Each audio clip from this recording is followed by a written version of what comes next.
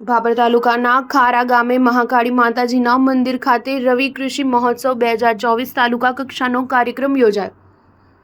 ભાભર તાલુકાના ખારા ગામે રવિ કૃષિ મહોત્સવ 2024 કાર્યક્રમ દીપ પ્રાગટ્ય કરીને ખુલ્લો મૂકવામાં આવ્યો હતો, જેમાં પ્રકૃતિ ખેતી તેમજ બાગાયતી ખેતી માટે ભાભર તાલુકાના ખેડૂતોને ઓછા ખર્ચે વધુ ઉત્પાદન મેળવે અને જમીનની ફળદ્રુપતા, ભેજ સંગ્રહ ક્ષમતા જળવાઈ રહે તે માટે ઝીણવટપૂર્વક માર્ગદર્શન આપવામાં આવ્યું હતું।